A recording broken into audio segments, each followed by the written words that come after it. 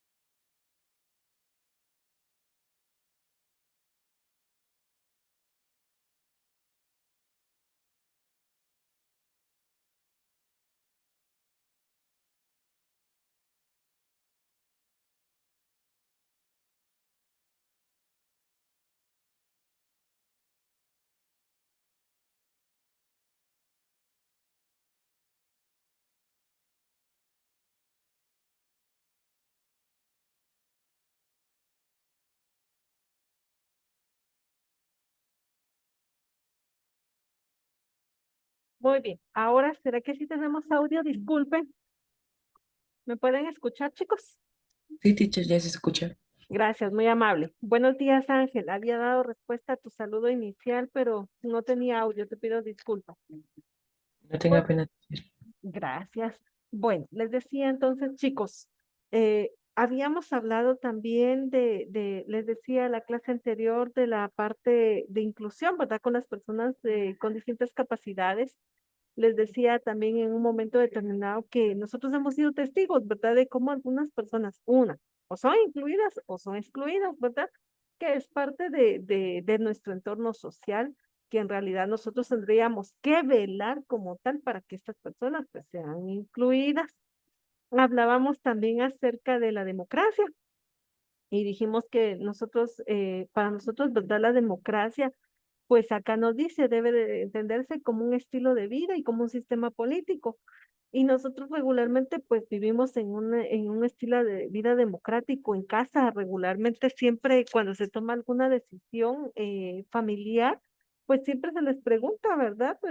Aunque sea por recreación, a veces decimos, miren, salgamos de viaje, vamos a tal lugar, ¿quiénes votan que vayamos a este o a otro, ¿verdad?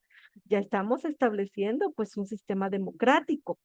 Y a nivel nacional, ¿verdad? O de Estado ya como tal, pues nosotros vivimos en una democracia en donde las personas mayores pues pueden ir a votar, ¿verdad? Y elegir en un momento determinado a su gobierno.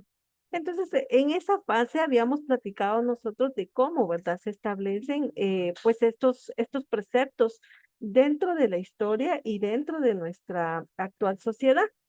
También hemos dicho que facilita, ¿verdad?, la democracia, un intercambio de opiniones, un intercambio de opciones. Regularmente dentro de la democracia lo que permite como tal, ¿verdad?, es la elección de algo que se desea y esto va a ser en relación a un grupo, ¿verdad? O sea, todos elegimos y decidimos en un momento determinado. También nos dice que la etimología de la palabra democracia brinda un apoyo para su comprensión y acá nos explica, proviene del griego demos, que significa pueblo, y kratos, que se traduce como gobierno, es decir, ¿verdad? El pueblo elige al gobierno o el gobierno del pueblo, y ustedes saben que hemos escuchado en ocasiones reiteradas que definitivamente quien posee entonces ese sistema, ¿verdad? De poder elegir a su gobierno, a su autoridad, es el pueblo como tal. Y acá nos dicen si se exploran los orígenes de la democracia, como ha sido planteada. Esta se remonta a los siglos este, 6 y 5 antes de Cristo, con la ciudad de Atenas. Nosotros se recuerdan al inicio hablamos mucho que todo el sistema social, que la estructura, los lineamientos, las leyes, los principios que nosotros nos vamos a basar son de Grecia y de Roma específicamente. Entonces acá, ¿verdad? Nos establece desde la antigüedad con Atenas como el escenario de su nacimiento y evolución. En esta ciudad griega específicamente, los ciudadanos elegían a los magistrados y se recuerdan que yo les decía a ustedes que nosotros vamos a tener todavía en la actualidad, es decir, en esta época moderna, términos que provienen, ¿verdad?, de ellos. Y oigan aquí el término de magistrados.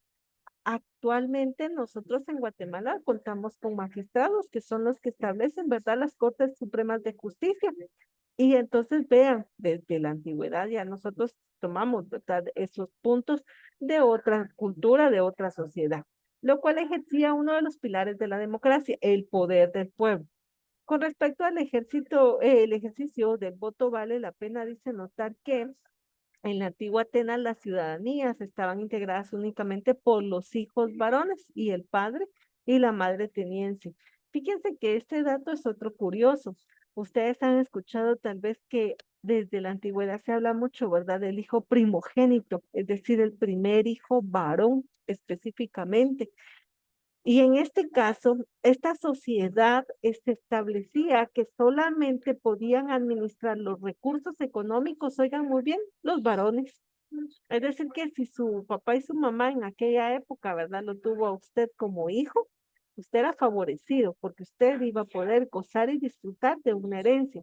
Pero si usted en aquella época era hija, definitivamente no iba a tener ninguna herencia.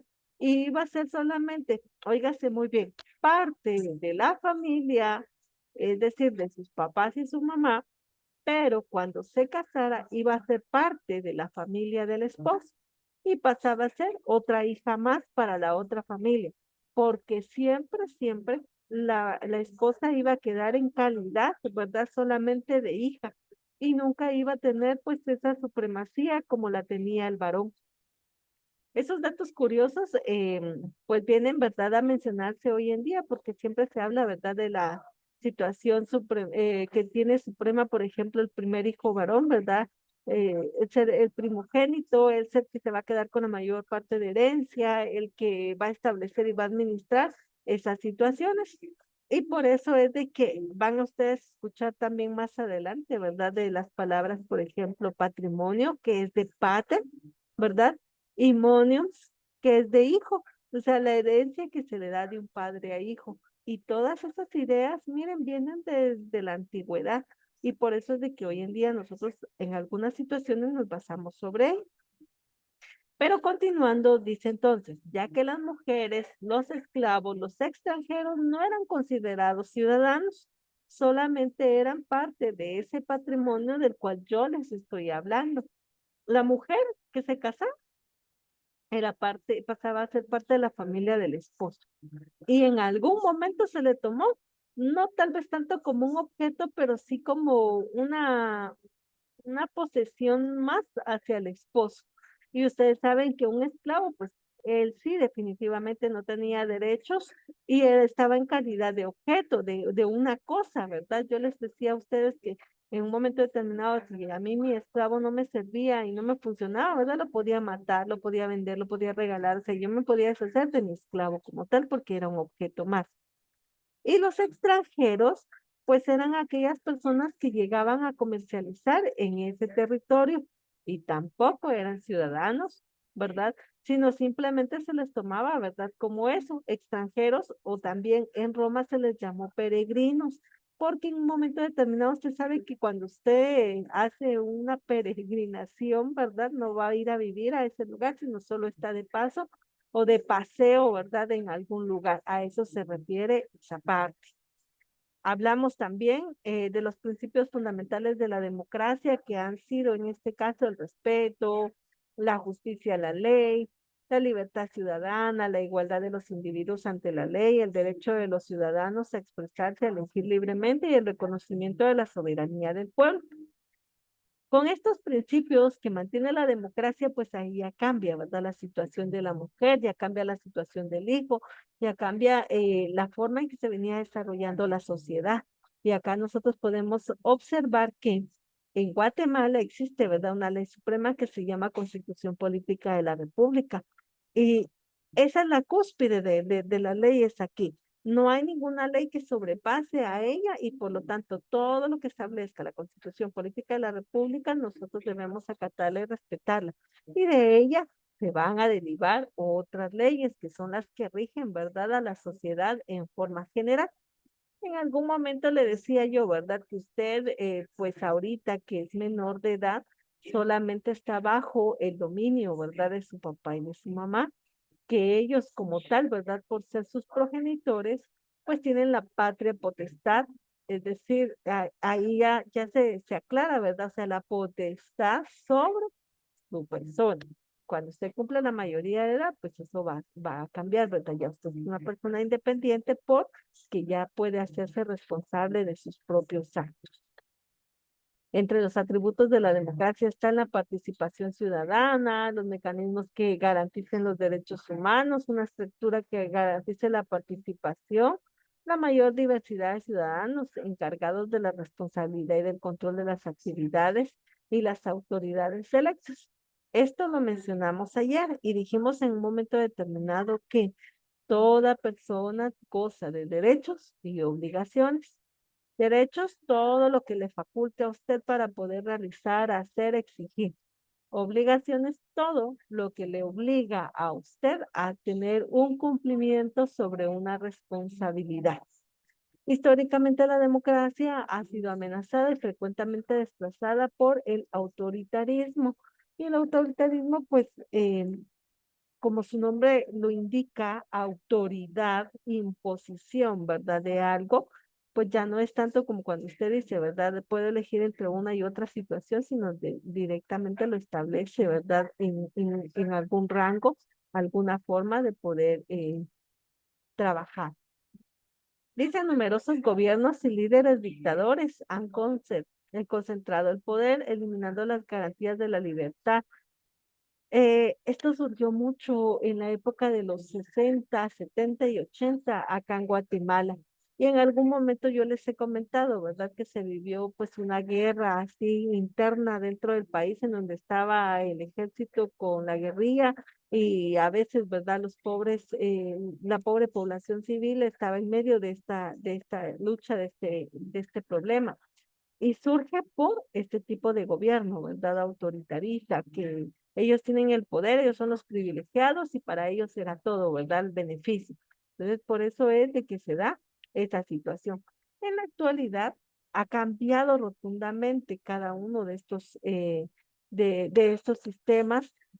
Hoy en día podemos hablar, ¿verdad? Que se establece como tal la democracia y entonces dentro de la democracia debe de existir tolerancia, equidad, la legitimidad, el pluralismo, el respeto hacia cada individuo de la sociedad y a los grupos que conforman, en este caso, ¿verdad? Sus principios y valores en la democracia moderna. Acá cabe resaltar, chicos, que definitivamente nosotros en todo momento y en todo lugar debemos de practicar tolerancia. Lo que yo puedo pensar, o sea, es muy personal y lo que puede pensar cada uno de ustedes es muy personal y entonces yo no voy a imponer, ¿verdad? Mi opinión porque así lo digo yo, así tiene que ser. No, nosotros imponemos solamente y reproducimos teorías, ¿verdad? Que han sido comprobadas que son leyes. Esas no las puedo cambiar, pero mi opinión sí puedo cambiarla, puede variar. Es mi opinión, es su opinión y por lo tanto, tanto ustedes como yo debemos de ser tolerantes. En la equidad les decía yo la vez pasada, ¿verdad? Vamos a tener una balanza y ustedes saben que una balanza pues tiene dos recipientes, ¿verdad? Y para que sea justa y cabal tiene que estar así, no puede estar así, ¿verdad? Una más elevada que la otra, no, no importa a qué forma se establezca, ¿verdad? O a qué peso genere, pero si está desequilibrado no existe, ¿verdad? Una equidad. Para existir una equidad tienen que estar al mismo nivel. En la situación del pluralismo, este es un término que nosotros hemos escuchado mucho y que es la base fundamental del desarrollo de la sociedad, ya que nosotros sabemos que estamos conformados por cuatro culturas, Xinca, Garífuna, Ladina y Maya, y que estas cuatro culturas indígenas se establece como tal que van a tener una diversidad de costumbres, de idiomas, de situaciones religiosas, de comportamientos o conductas, de estilos de educación, etcétera. Y a esa pluralidad de la cual se habla, pues todos pertenecemos a Guatemala. No puedo decir que solo existen los mayas, ¿verdad? Que los mayas son la única cultura acá y que ellos son los mejores pertenecientes de todo el territorio guatemalteco. No, no lo puedo hacer. No puedo decir que Belice, ¿verdad? Solamente debería de tomar en cuenta a los chicas y a los garífunas y Guatemala no. Media vez establece que Guatemala conforma cuatro culturas, ese pluralismo es reconocido, ¿verdad? Así, aunque la persona sea morenita, ¿verdad? Y pertenezca a la cultura chinga, es guatemalteco. Pertenece a la cultura maya, es guatemalteco. Pertenece a la cultura ladina o mestiza, es guatemalteco. Entonces, ese pluralismo debe de fortalecerse, debe de establecerse como un elemento fundamental, ¿verdad?, del desarrollo social. Y que en este, ¿verdad?, nos habla también, ¿verdad?, la conformación de principios y valores que son los representativos para poderse generar. ¿A qué se debe entonces esta situación? Que es de esa forma como existe realmente una democracia. Si yo voy a establecer mi punto de vista en base de impuesto, lógicamente no estamos hablando de democracia, ¿verdad? Sino ahí ya estamos hablando de un autoritarismo. ¿Dudas al respecto, jóvenes, con lo que es el término democracia dentro de una sociedad? Algo que no quede claro, jóvenes.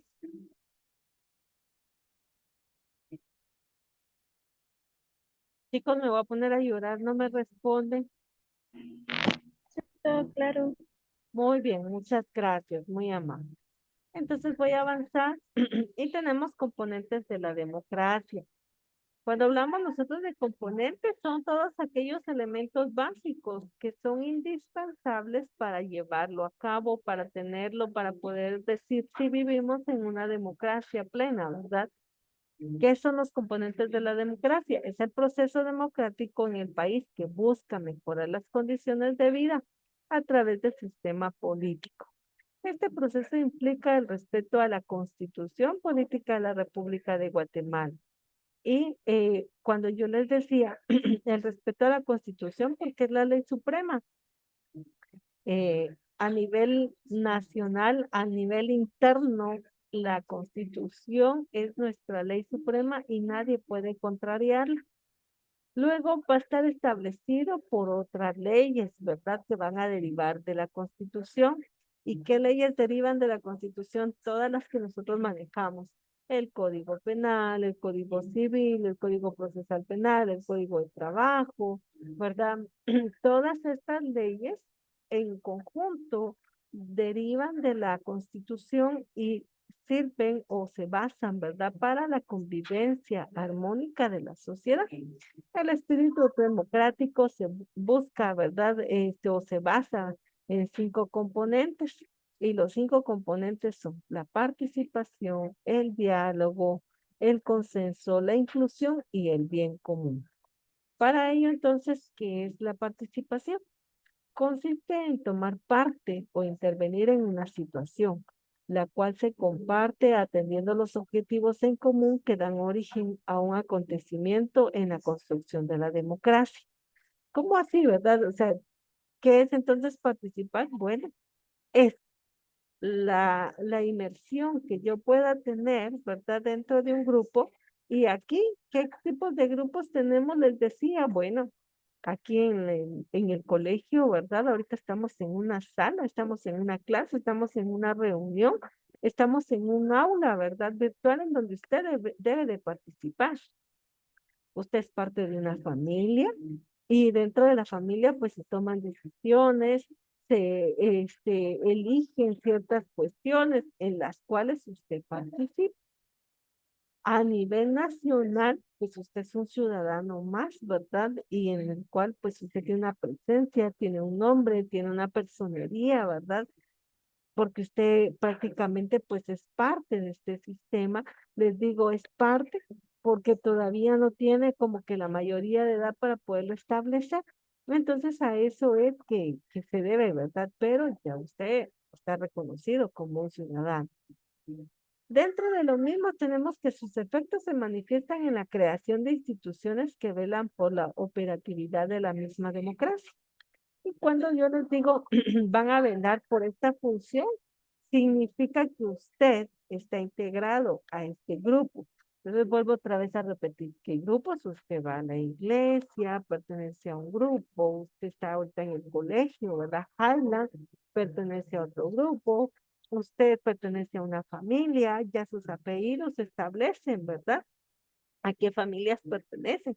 Regularmente, pues tenemos algunos, ¿verdad? Dos apellidos, algunos tenemos solamente uno. Eso significa, ¿verdad? Que pertenezco a la familia de mi mamá.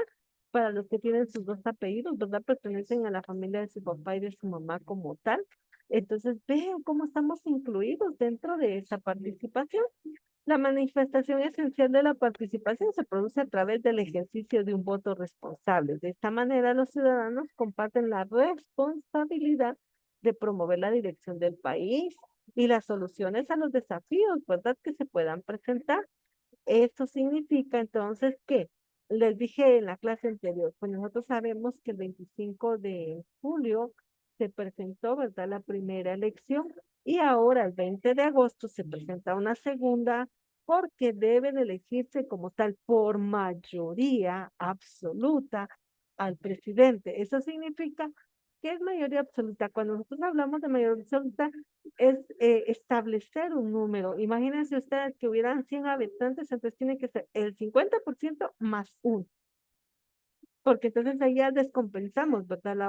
La otra mitad, entonces ahí es absoluto. En esta parte de la manifestación esencial de esta participación, también se establece que otra forma es convertirse en integrante del servicio público y de las entidades o organizaciones que velan por el bienestar.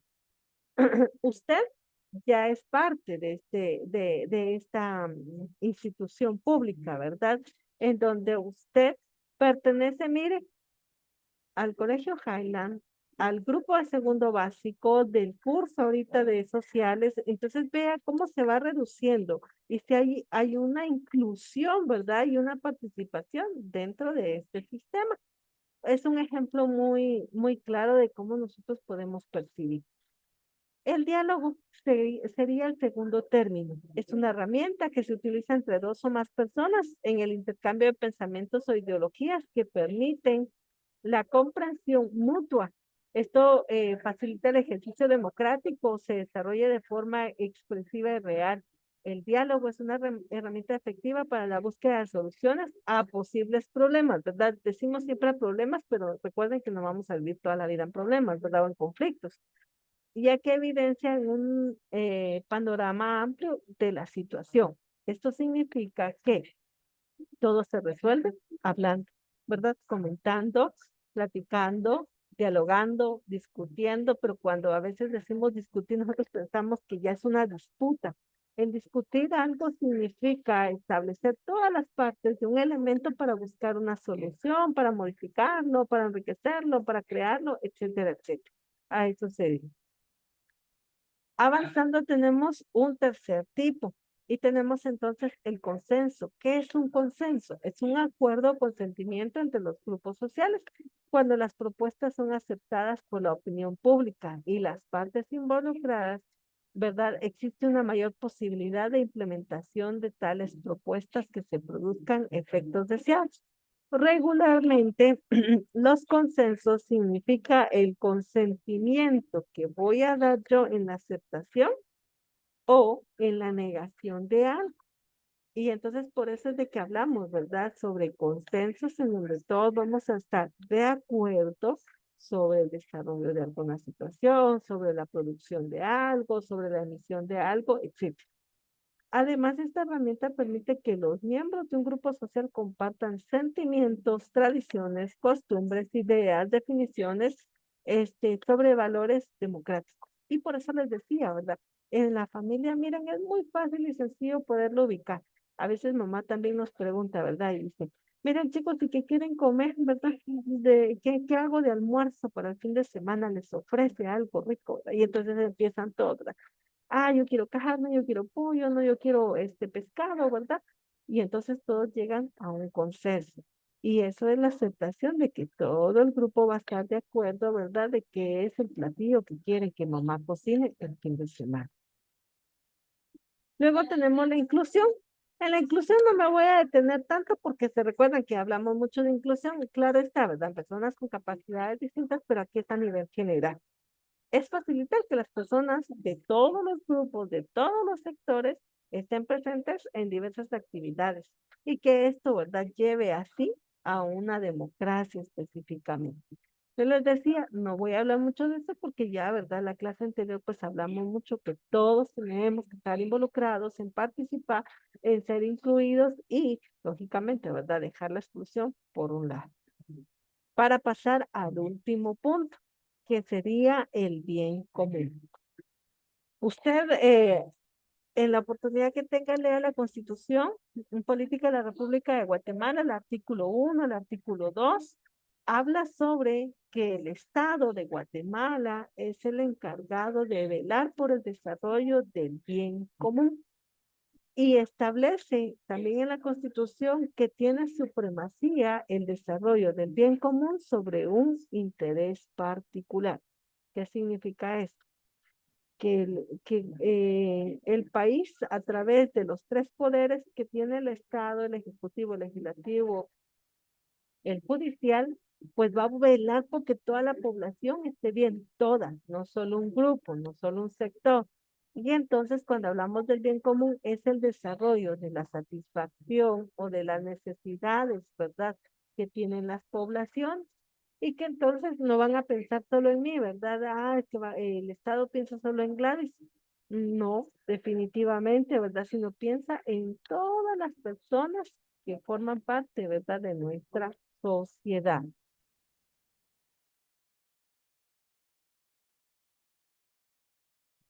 Y entonces aquí vuelvo a repetir, es una manifestación del ejercicio de la democracia que está fundamentada en los intereses mismos y en las necesidades de la sociedad para el mejoramiento del nivel de vida. Se deriva de la expresión de los valores democráticos para el beneficio de toda la comunidad, de toda, ¿verdad? No solo de una persona o de una familia. La presencia de estos componentes produce un sistema democrático robusto y sano, capaz de llevar a una nación al desarrollo integral y digno de todos los ciudadanos. Y por eso es verdad que les decía al inicio que vamos a encontrar este término como parte fundamental de la Constitución, porque el Estado es el que garantiza, ¿verdad?, esas necesidades, garantiza la satisfacción de las mismas, presenta, ¿verdad?, muchas técnicas, métodos, modelos y programas para llevar a cabo esa satisfacción en forma generalizada para todos, ¿verdad?, no solo para un grupo, por eso es un bien común. Muy bien, chicos. Entonces, por favor, en plataforma ustedes van a poder observar que tenemos asignado ya prácticamente, ¿verdad? De la primera unidad tenemos asignada en la primera tarea, página 180, 181, 182, 183, 184 y la 185, me parece, si no estoy tan mal. Entonces ya avanzamos hasta la página 183 y en la próxima clase pues vamos a dar finalización con esta para que ustedes tengan tiempecito de desarrollar su toma de notas, ¿verdad?, en su cuaderno. Vuelvo a insistir, ¿dudas al respecto, chicos?